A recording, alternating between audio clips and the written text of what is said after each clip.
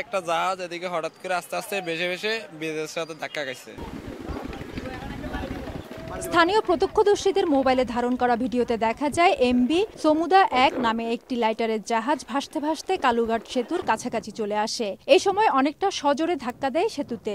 জাহাজের শ্রমিক ও স্থানীয়রা জানায়, জাহাজের ইঞ্জিন পুরোদমে চালু থাকার পরও প্রবল বাতাস ও স্রোতের কারণে নিয়ন্ত্রণে আনা যাচ্ছিল না লাইটারের জাহাজটি। মিশিং চালাই এর কভার করতে পারে না বাতাসের লেগে। একটা জাহাজ এদিকে হঠাৎ করে আস্তে আস্তে ভেসে ভেসে ব্রিজের সাথে ধাক্কা খাইছে।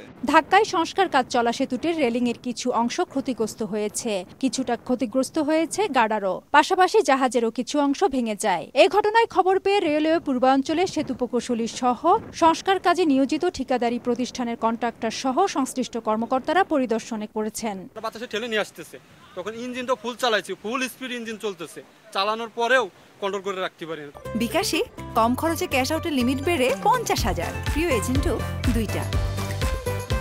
গত বছরের 1 আগস্ট থেকে সেতুর উপর দিয়ে ট্রেন ছাড়া সব ধরনের যানবাহন চলাচল বন্ধ আছে।